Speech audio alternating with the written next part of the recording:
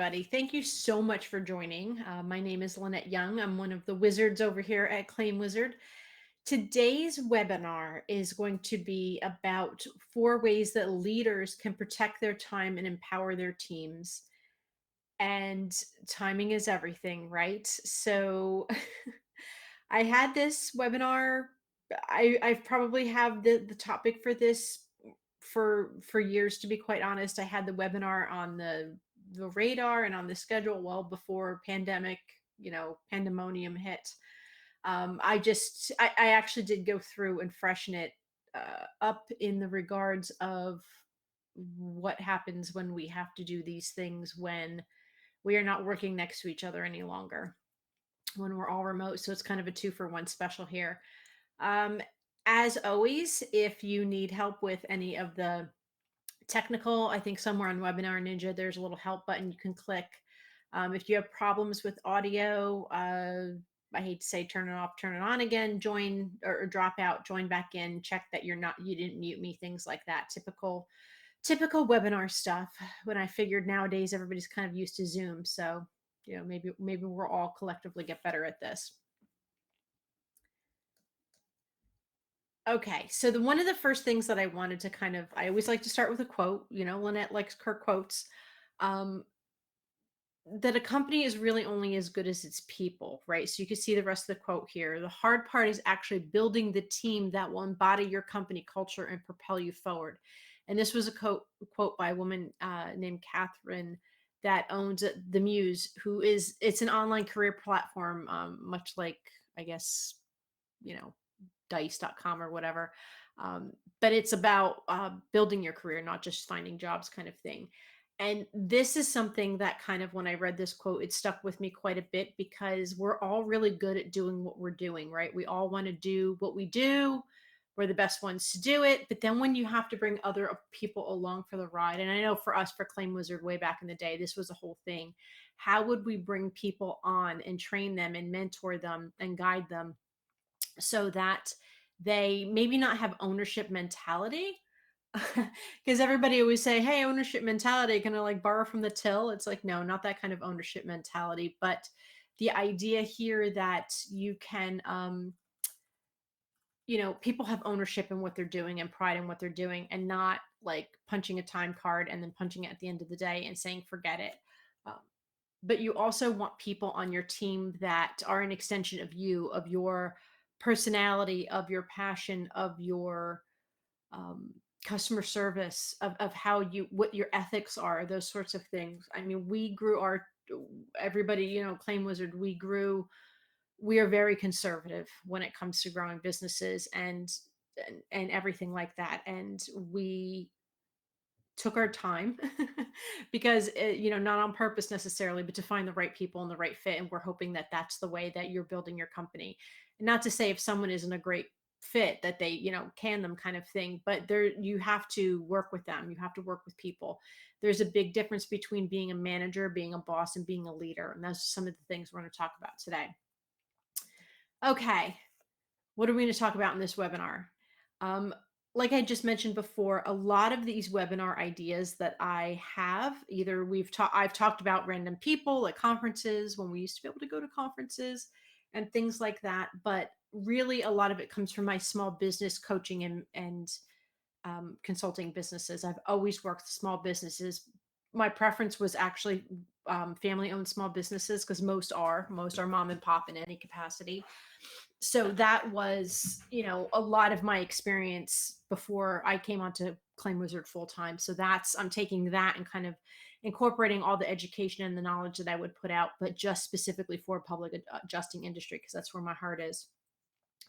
But for here, I want you to think, even if you're not a business owner and you're on this call, I want you to think, how can you create the time and space to get your important work done while still cultivating those people around you so that you can help them grow and move forward? And a lot of that is not just delegating, not just teaching them how to do a job so they can do it and you can get it off your plate, but it's about helping people grow and become autonomous leaders themselves so that they can step up into their own power and get things done. It makes such a strong company. I'll say that from experience from multiple companies that I've owned. Okay. There's me. There's me. This is like 3 days before lockdown was that photo up there, and I was like, "Yay, I was such an idiot. I had no idea I'd be locked in my house forever." But that's me. That's kind of the profile pic that I use. I'm not real big on formal headshots, so that's where I am. But as you can see, I am in my office now. Me and my coworker and my dogs when I let them in here, and that's how we roll lately. I am the sorceress of alchemy at ClaimWizard, as well as one of the co-founders and owners. I want to help everything you touch turn to gold. That's my title officially. So we'll just go with it with there. If you want to know about more about ClaimWizard, I can tell you, not really what this is about today. So one of the things that I like to talk about is what this webinar is designed for, right? So what our entire webinar series is for. So I want to specifically help public adjusting professionals, owners, stakeholders within a company, people that aspire to be stakeholders or aspire to be owners, strengthen their small business.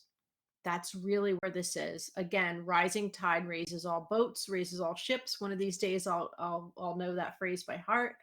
This is also for ClaimWizard and non-ClaimWizard clients. Again, the stronger public adjusters are as an industry, the stronger we all are. So I'm very passionate about that. Just so you know, these webinar series are not to teach you about ClaimWizard application, platform, who's what's buttons, features, any of that kind of thing. If you need help with that, our training is academy.claimwizard.com, or if you need to open a help ticket, help.claimwizard.com. Pretty self-explanatory, but this is business building, not ClaimWizard, because we want to help everyone. Okay. Topic time. Does this sound familiar?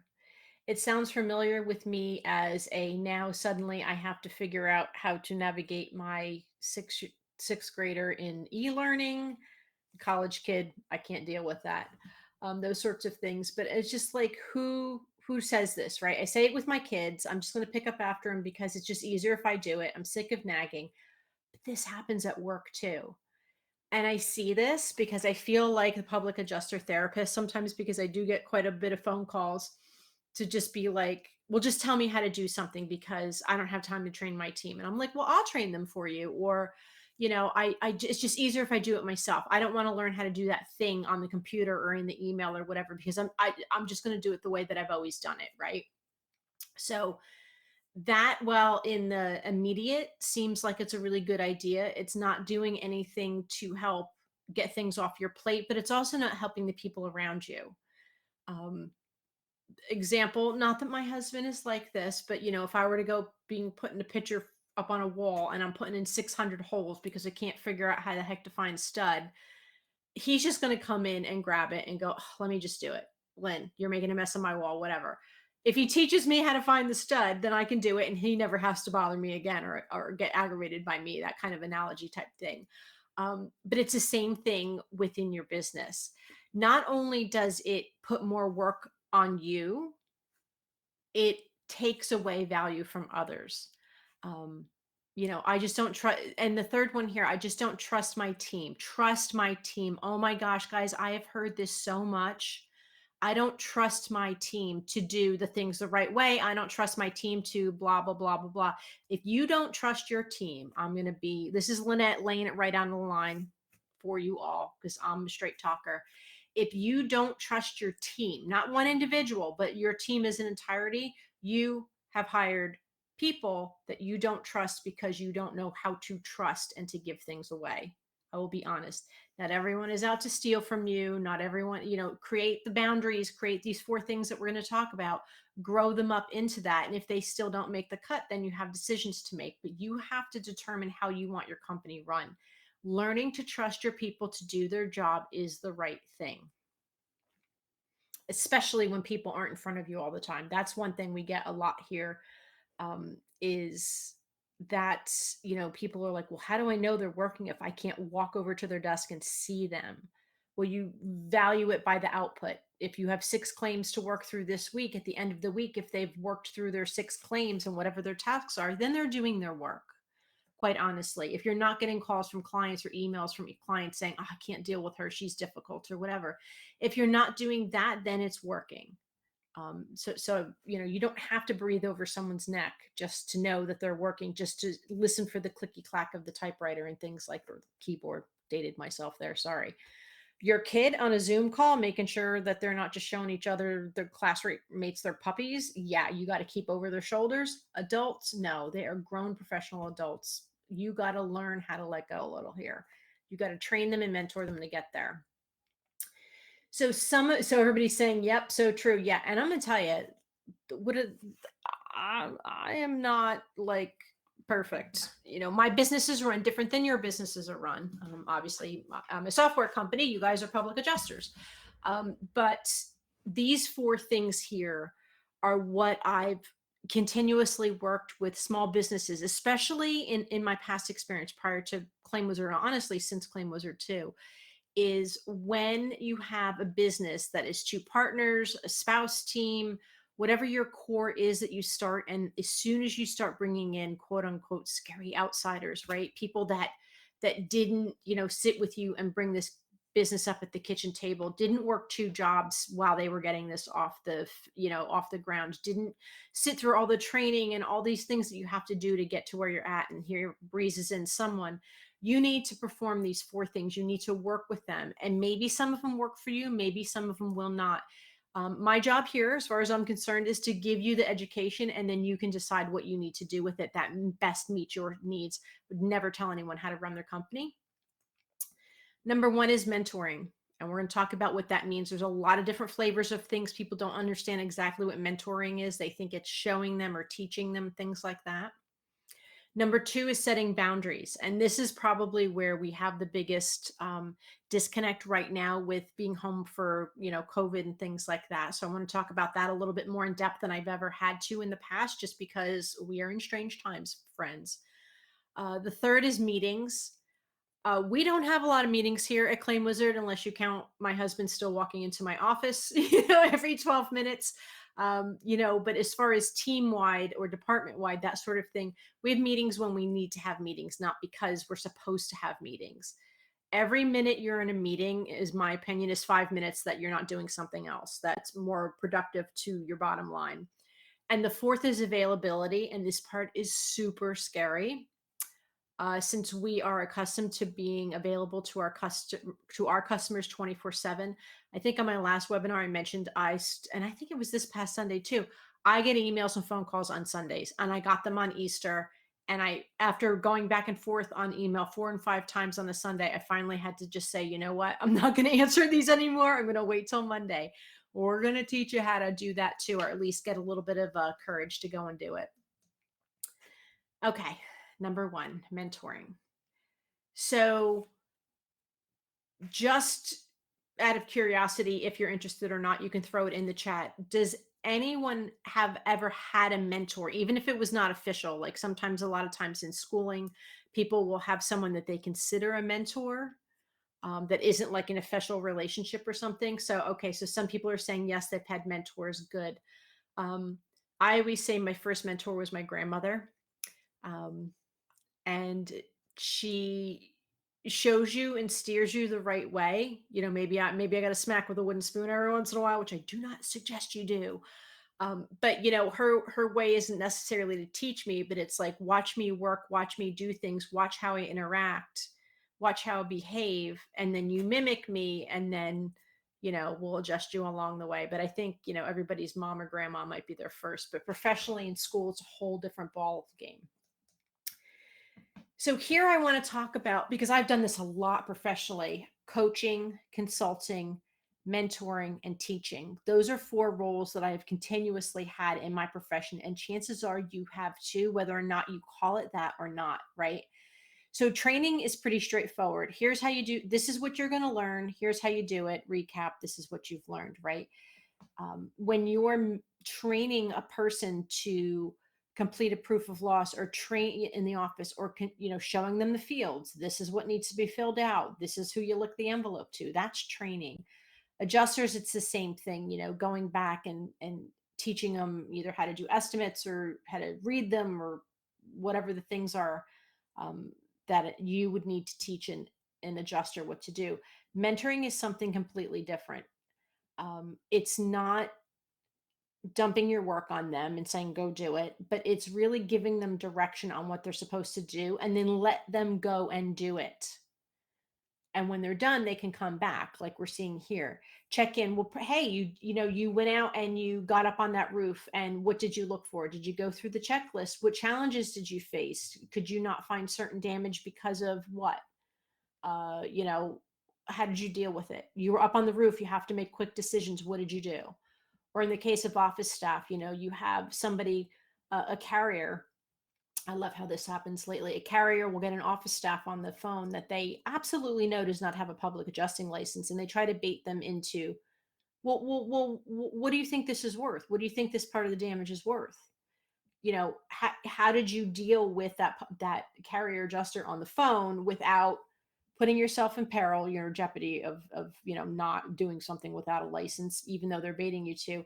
And how did you like change the situation? How did you work through that? Like, what did you answer? How did you stay polite? Things like that. So really, you put problems in front of them as part of their day-to-day work. And then the mentoring part is really when you circle back. There's your bingo corporate word for you, and you say, how did that work? How did you feel about that response? How did you handle it? How could you handle it differently? Those are things they need, those pieces, that pat on the back, or that gentle re-steering of something. Maybe they handled a situation poorly and you say, you know what, that was a really good try. I understand why you came up with that decision on the fly when you were on the phone. Next time, what if you did this? Okay, and then the next time comes and they try it, and then they come back to you. Did that work better than the first time? It feels very much like teaching, but you're really just guiding them. This works really well one to one, but also teams. And we're going to talk about how to divide your folks up to kind of mentor a little bit. Even if there's two or three of you, it doesn't matter. Even if you're just working with your spouse, doesn't matter. Um, this is how people learn, not just the ways that you particularly want something done, but how they build the confidence to do it on themselves. Another crazy analogy, because Lynette always has them. Here, I'll put it here.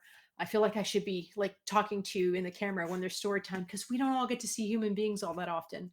So mentoring, my almost 13-year-old loves coffee every morning, which is really this much heated milk and like 2 tablespoons of coffee. And every single morning without fail, I sit down at my desk to get started for work. And he comes to me and he says he wants a cup of coffee. Like, dude, you know how to do this. So I go in and I show him how to do it. Okay. Next time he comes in, no, what are the steps? Repeat them back. Like, and you kind of go through it. And then finally he's on his way where he can do it on himself. And now he doesn't even ask me. As long as he knows there's coffee left in the pot, we're good. Mama's not going to kill anyone. And he goes and does it himself. And he comes in like real, like fancy like, because he's sipping his little milk coffee that he's got, because he now has the confidence to do it himself, because he's afraid he's going to screw it up, spill something. I would just honestly go in there and do it for him, but now he does it himself. So that's kind of how my offhanded analogy about how you can train someone to basically take the training wheels off and have confidence to do it themselves. So I went through, I think it's I cited it on the next page. I think it's University of Cambridge in the UK is where I got some of this more succinct recommendations and verbiage around what mentoring is. It's semi-structured. So when you're entering an official mentoring relationship, not just like my daughter's got, a teacher at school, at college, that she absolutely adores. And she's really looking at her for clues, and she's kind of using that as an unofficial mentorship, which she should be. But in a professional environment, it probably should be something a little bit more formal. But it's semi-structured guidance. So you may meet once a month, you may have emails available to each other. But basically your job is to share your experience, good and bad, to help someone else fast track and learn how to make the right decisions for themselves, learn the thinking process. It's not just the end result you want them to get to, it's the process of getting to that end result and that answer and that, whatever at the end. That's what you're helping them with. And here it says mentors need to be readily accessible, but we're going to talk about availability. So I'm not saying answer the phone 3 o'clock in the morning on a Saturday as the need arises, but within agreed boundaries. If you get to the point where you have a mentor mentoree type relationship and they're coming to you with questions about, well, what about this situation and what about that, and well, the client said this, or I ran into certain kinds of things here, or the carrier's not budging, either go back to old information or simply something that I guess is considered active listening, saying, what I hear you saying is you need assistance with helping with dealing with the carrier adjuster XYZ, whatever. How do you think you should deal with it? And just turn it around on them. Yeah, I do it with my kids all the time and do it with coworkers half the time. It just turn the question on them, let them answer it. I had a boss that said, never come to me with problems, only come to me with solutions. And he abused that a little bit because if I'm coming to him with a problem, it's because the solutions I tried didn't work. So normally what I would do is I would come to him and say, we had this obstacle. This is how we attempted to solve it. We're at an impasse. We would like your assistance. And then he would mentor us through it. So think about those types of environments or those situations when you're working with people. Is it giving advice? Sometimes. But it's more about the motivation and empowering of people. You'll also have these slides when we're done. I'll send everybody the slides so we'll have it, because there's some stuff at the end I definitely want you to have. But really, it's not about giving answers or giving advice. If I say, I would do it this way, well, maybe that doesn't match with their personality or match with their particular goals. So really, you need to kind of lay it out a little bit bigger than that. And kind of help them dig into their personality. If you're the type of personality that's big and bold and loud and just kind of like more like, let's get in there, let's get it done, let's be aggressive, all this kind of stuff, and you're mentoring someone, and you don't have to match personality types to mentor. But if you're doing that, and then the person that you're working with is more like, well, I'd rather just sit and, look at the options and, craft a well thought email instead of getting on the phone and starting to bark. That's their style. And you have to help work their solutions through with their style. I guess is what I'm trying to say on that. So to me, there are 3 different mentoring scenarios that can go on and should go on in a professional small business environment. The first is an onboarding mentor. So this is someone, when you have new staff that is brought into your company, they should have someone in a peer relationship. I don't believe a mentor should be a boss. A boss should be teaching them, that relationship has to stay. It's like parent child. That relationship has to stay intact. So this is more like a sibling thing, right? So this is like another person that's at their level that they can go to for help, because it's like, oh geez, I know he told me 3 times, but I forgot where the file is.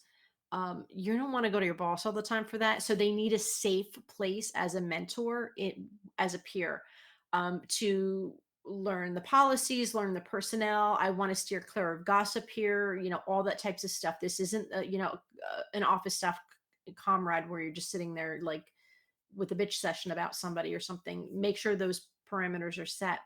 But they need someone to help them survive the first couple of weeks. If your printer's finicky, then somebody needs to tell them all the crazy little things that are idiosyncrasies that are good for your business.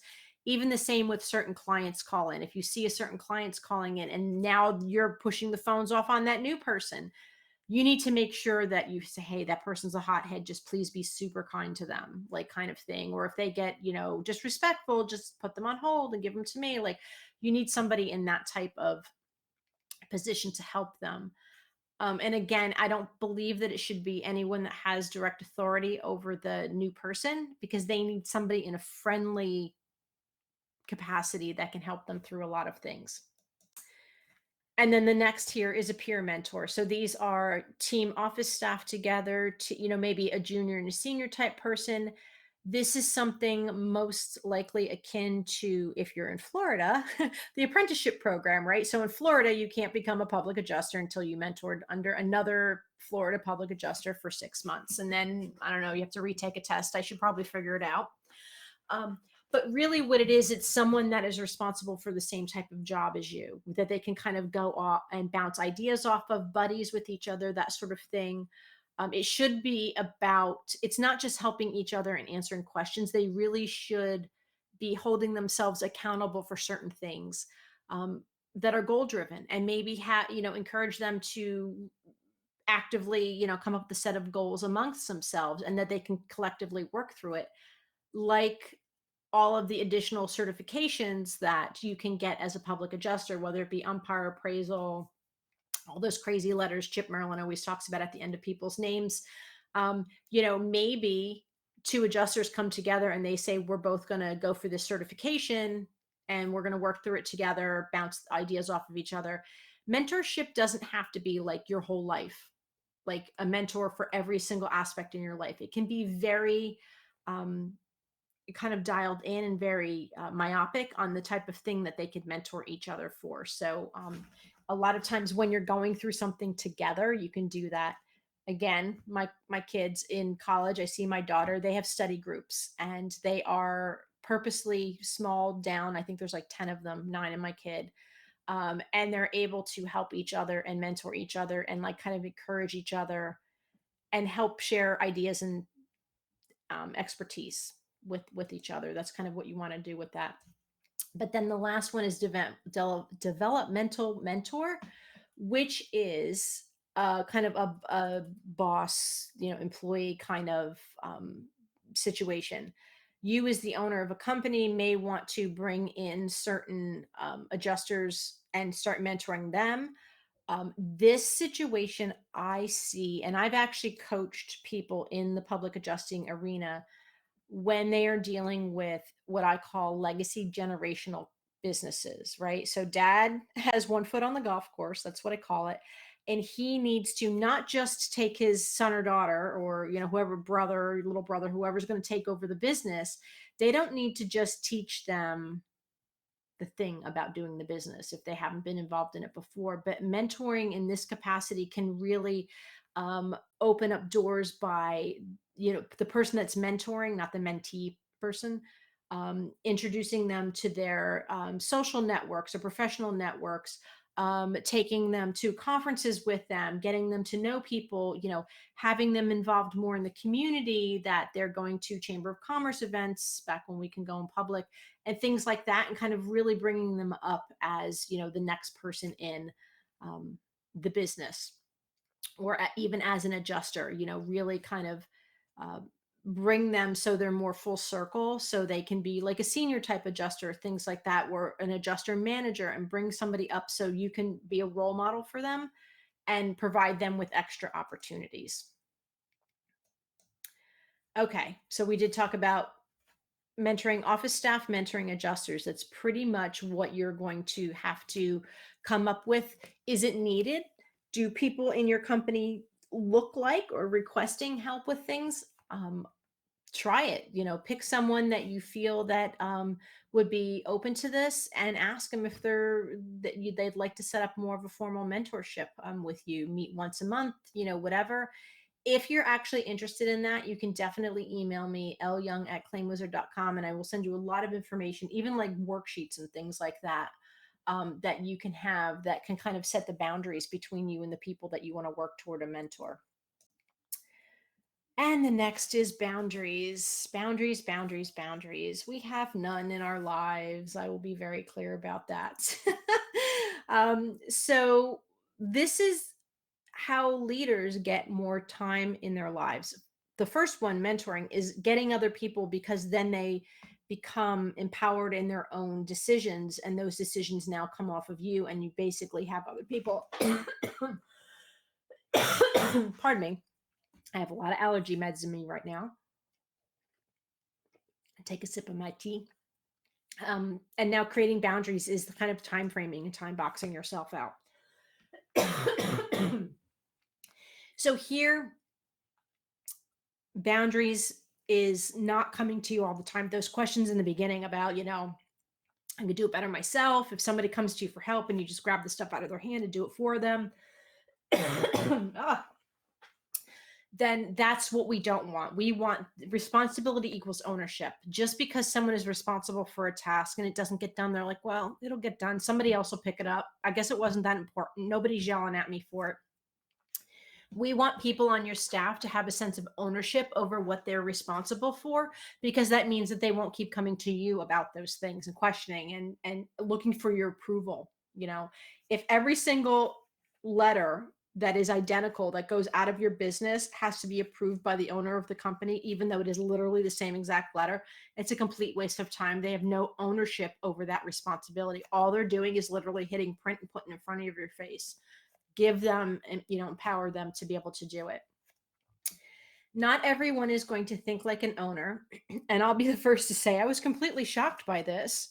What do you mean not everyone wants to work nights and weekends? What do you mean not everyone is going to sit there till 10 o'clock at night and get things done? And I currently have, oh God, I went up a couple numbers, 210 emails today that I have to deal with before my day is over. And tomorrow I'll have another 3 or 400. Like, it gets crazy. Your life is like that too. Um, Things that can be given out should be given out, but people have to have responsibility and ownership over them.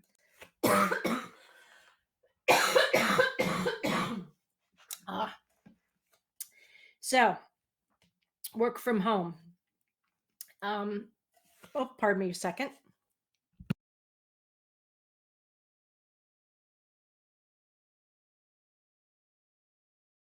Oh my gosh.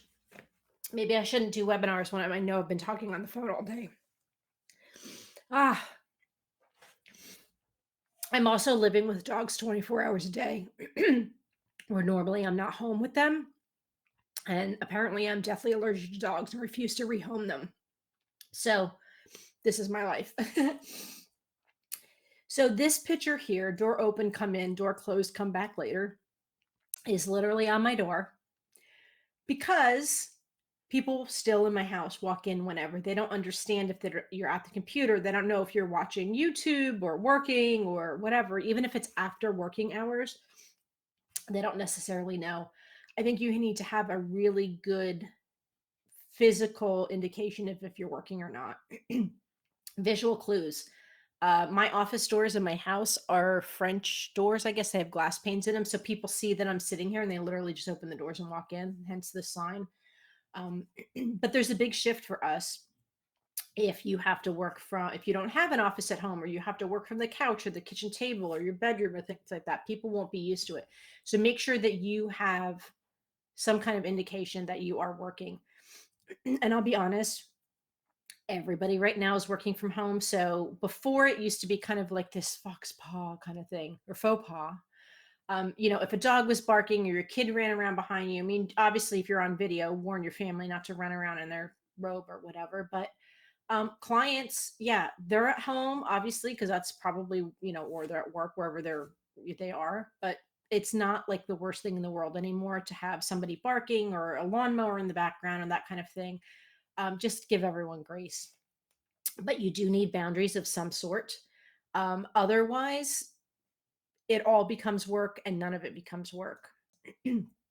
Now, work at home, from home, work boundaries are completely different, right? So the first one was just like how to get your kids and your dogs and whatever out of your hair. This one has a lot to do with respect. This for me is huge. And we would go to the office normally, and then you come home. And what do you do when you come home? You open your emails and you start doing work again. Um, Find some way to kind of call that back. I know that you're going to maybe have a separate email address that dings differently on your phone if it's a new client coming in. They just had, a house fire and they're calling or emailing you 10 o'clock at night. Well, obviously you want to be able to deal with that. So I highly recommend making another email account for that, like whatever it's going to be, rather than your everyday, office emails back and forth. But I think you need to respect office hours, whatever they may be. So you do you, kind of whatever your office hours are, you do them. But this includes email. So, like I had mentioned, I got an email on a Sunday and I was in front of my computer on my iPad, because my work email goes everywhere: my phone, my iPad, my watch, my everything. And I felt compelled to answer it. And then I got sucked into this loop of answering these questions on a Sunday. And while I love y'all and I understand that, that's your time to sometimes work on things, um, it was really kind of getting in deep in things that I needed to kind of talk to my team about that I couldn't just do on my own. So when you respond to emails, realize that other people may be sitting there and your email may ding on their phone 4 o'clock in the afternoon on a Saturday. If you can restrain and just hit them all in draft and maybe just send them all out Monday morning or whatever you're going to do. I know there are some programs out there you can get for Outlook and Gmail that will let you like top of mind do all your emails, but hold them back and send them out, at a specified time. So you're not filling people's inboxes at 4 o'clock in the morning, because I've also gotten those emails and I'm sure it happens to you. I also want you to consider using a chat program like Slack. It's what our team does. It's just live chat. You can have different rooms. So we'll have a developer's room, we have an admin room, we have a general. I can chat with everybody individually. We can do videos, all this kind of stuff, right? But a lot of times, if it doesn't have to be an email, it can be a chat, right? So it can go in there. But what I would say is if it's on your phone or on your computer, turn it off, close it out, set yourself as a way when you're done for the day. Because I'll tell you, in my team, they send each other stuff all hours of the night. The developers, they like to work late, they're crazy. And if it's up on my computer, it's dinging at midnight. And because they're talking, I don't know why, but whatever. It's when geeks like to work. Another suggestion I have is to have your team compile a daily question and answer email. So as they're thinking of things like, oh, I wonder if she's gotten a status on that project, or, oh, I wonder if you ever talked to the client yet, or, hey, did you send out that email, or, hey, did you receive a check yet? All of those are generally top of the mind, fly by the seat of your pants type of emails, right? So I don't want those, because when they come in, they're very, very stressful for other people to answer these one things off and on. What I've been doing with the senior members of my own staff, meaning Dave, is piece of paper, open up a notepad on your computer. Anytime you want to ask Lynette a question, you type it in there. If it's not like crucial, like, hey, somebody's on the phone right now or whatever, type it all in there. You're going to have 20 of them by the end of the day. Send it to me in one email. I'm going to answer them in batch and I'm going to send it back to you in one email, because that helps what I call the ding dings, right? The emails coming in constantly, constantly, constantly. It's a huge distraction when that comes in, just because we all do it. As soon as we hear the email ding, we all go to it and we want to answer it right then and there. Batch those questions up, have all of your team batch them up and say, hey, send me your Q&A email every day by 6 and I'll see if I can answer them by noon the next day, or whatever it is. I mean, obviously it's non-critical stuff, but you're probably looking to um, like compile down or reduce the amount of chit chat emails back and forth, because people feel like they should always be on when they're at work. I know for me, I make this assumption. Nobody has said it to anybody, but I feel that other people, hopefully you're in the same boat as me. They know I'm working from home now. So, oh, you should have time. You're just at home. You're just at home working. I get doing the same thing from the office. Same with you. I don't want you to just send something to a team member of yours because, well, they're just sitting at home working, comma working kind of thing. Respect boundaries. It's a little bit easier when you can physically see each other. But when you can't, you assume they have all the time in the world to sit there and just patiently wait for the ding ding to go off for your email to go for them. And the third one, which also had to be tweaked for, coronavirus kind of thing, is to hold regular one-to-one meetings. And this is something that I struggle with, I'll be honest. Seems strange in small businesses when we feel like we talk to everyone every day. But in reality, there's a really good reason for it. So first I want to say here, having the open door policy is great until your team feels they can come to you 24/7. Even when my door is closed, my team comes into me. Like that's why I need signs now. Even at work, I have a sign with Baby Yoda on it. Don't come in kind of thing. If doors open, don't come, or closed, don't come in. But when we're digital and no one knows if you're air quote working or not, they're going to send you stuff all the time. And it becomes now their top of mind is your crisis, right? So because they had a thought, because they had a free moment, means you're getting interrupted in the middle of something that you're really kind of in the trenches doing.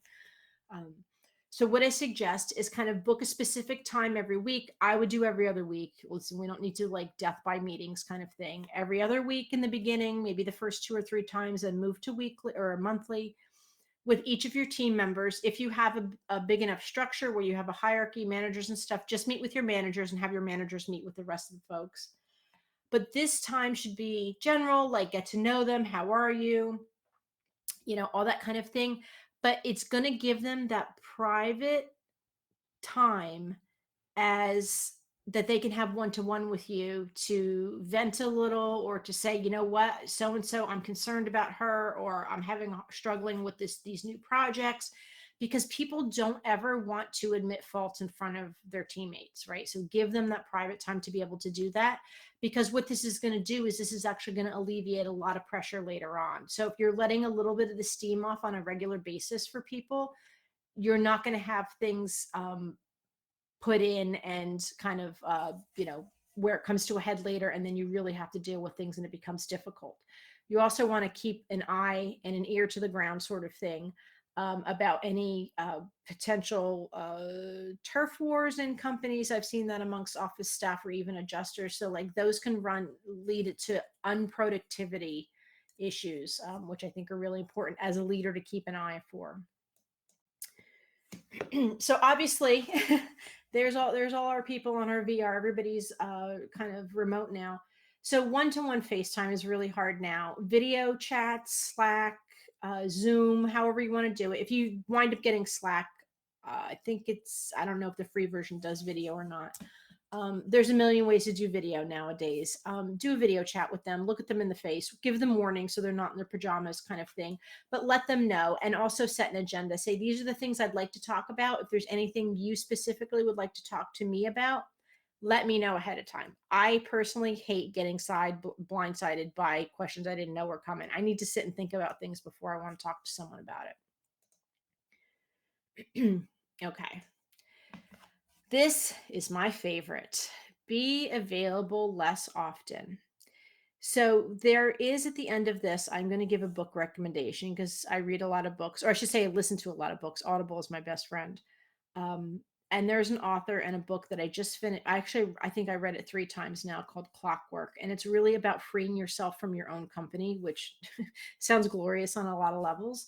But the idea here is that you should not be at the beck and call of your employees. If you're mentoring them and they come that's one thing, because you have set times you can work with them. Or, if you send me emails, I'm going to get back to you on Fridays. That's when I deal with my mentorship emails, whatever it is. But I want you to think about when in the past you have had to go away.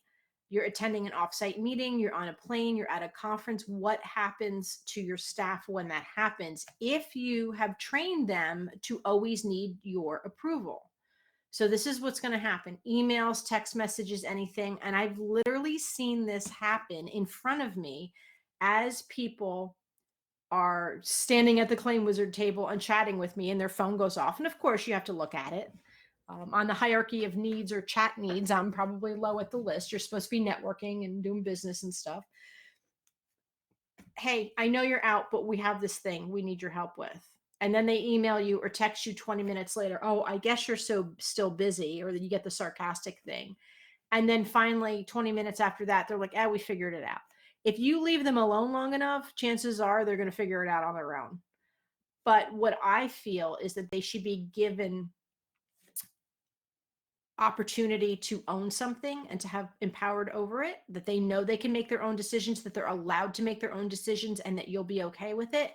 But I also believe that you should have structures in place to empower them to make decisions based on your wishes when you're not there, right? So one of my biggest fears in ClaimWizard used to be years ago, was getting on a plane and then 2 hours off getting off the plane and turning my phone from off of airplane mode. I would be like, I'm going to get emails and I'm not going to be able to answer people in an hour or two, or what are they going to think? And now there's systems in place that people can make those decisions on behalf of the entire company here at ClaimWizard and help anybody.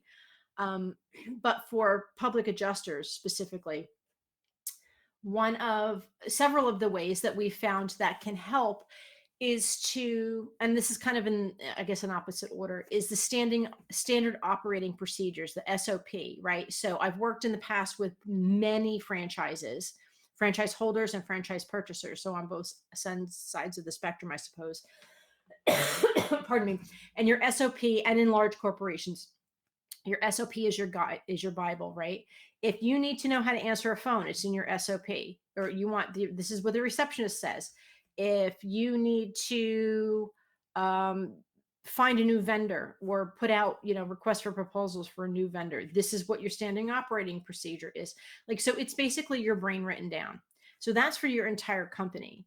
So, but in ClaimWizard, and we've talked about, and I have old webinars you can go back for action item workflows. This is exactly how you want claims worked, beginning to end, exception phases, everything built in.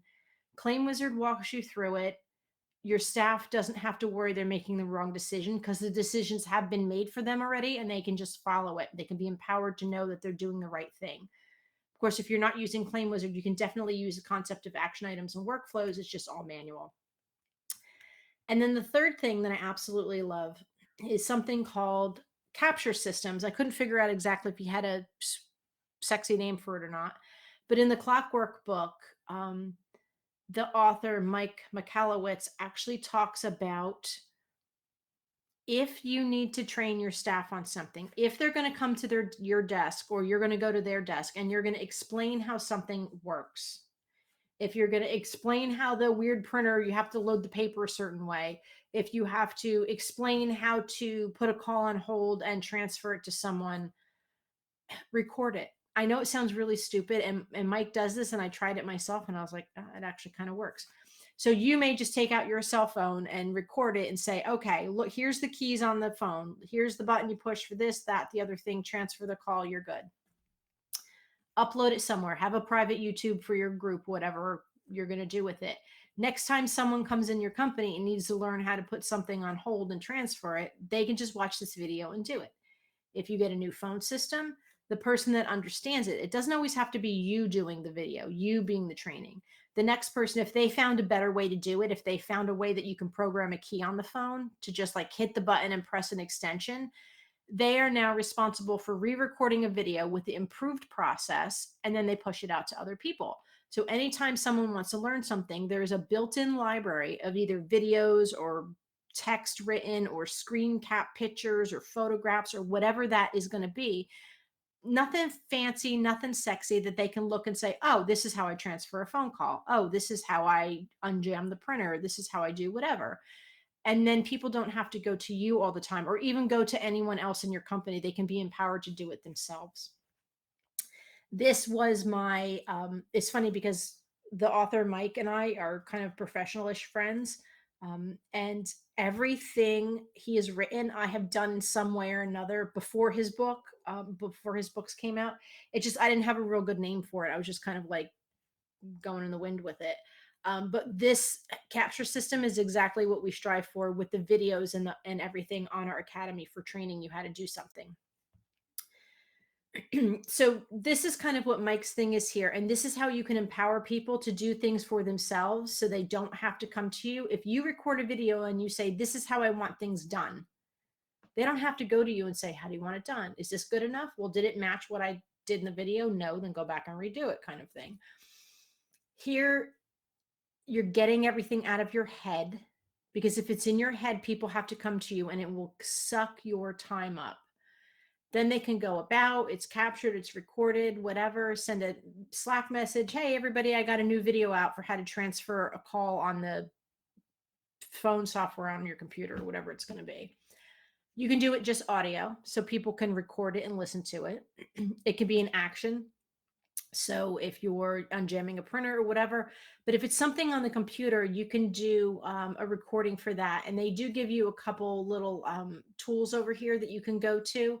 I use something called Screencast-O-Matic to do my recordings on mine. And I can record like, the screen or a part of the screen or that sort of thing. To go forward with that. But there's lots of them out there that are free or extremely cheap. And then you have basically a library that your team can go through. When you have new hires, they go through and watch the videos, and then they learn how to do their job. It works really well.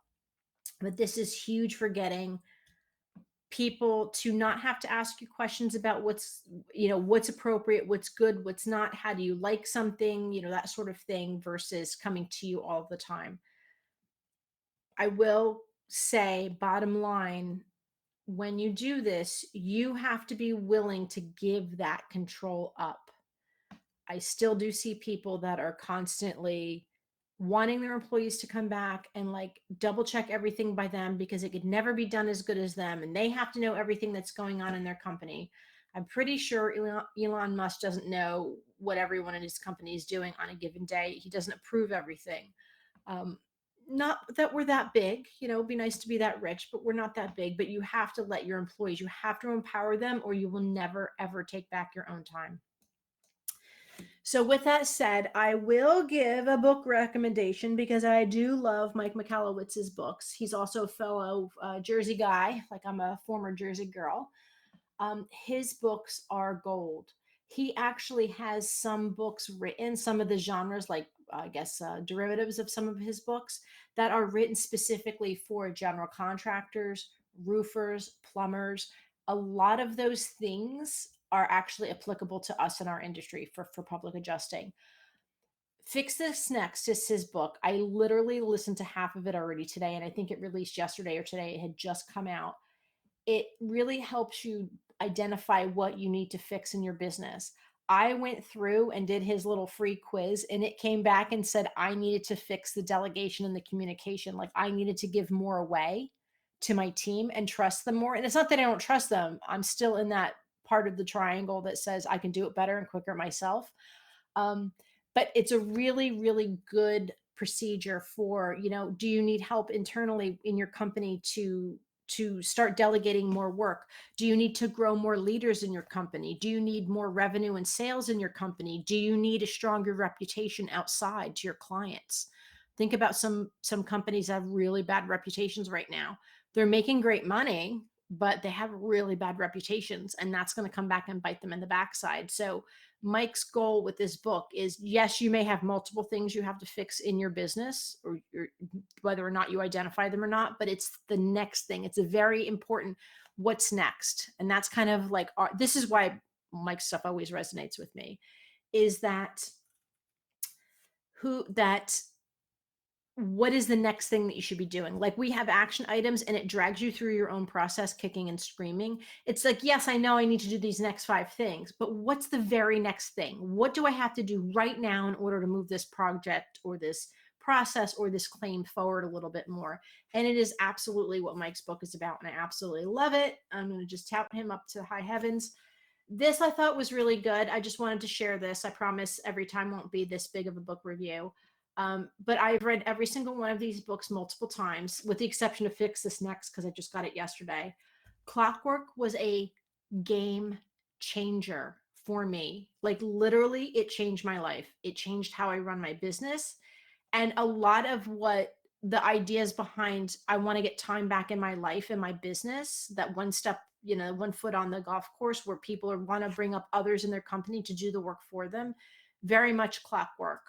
I'm probably only 20% in actually implementing it, but the biggest thing in the Clockwork book is for me, is the idea of, how dare I run a business and not actually work in my business, right? How dare I not go to work every day? How dare I not go to every single meeting, know every single client? No, you don't have to. Again, Elon Musk doesn't know everything that's going on in his company. The guy that owns Amazon, whatever his name is, he doesn't know what I ordered. He doesn't know everything that's going on in his company. You have to empower people to get your own time back. That book by far, like I'm telling you, it's 1,000 times worth its price and however much it cost. I started with the toilet paper entrepreneurs, and one everybody knows, how to build your first company. Um, and I like how he kind of put these little taglines underneath it to figure out what it's all about. Some of the concepts that they have in Profit First have actually helped me coach public adjusting companies on how to set their fees and how to do their disbursements, which sounds really crazy.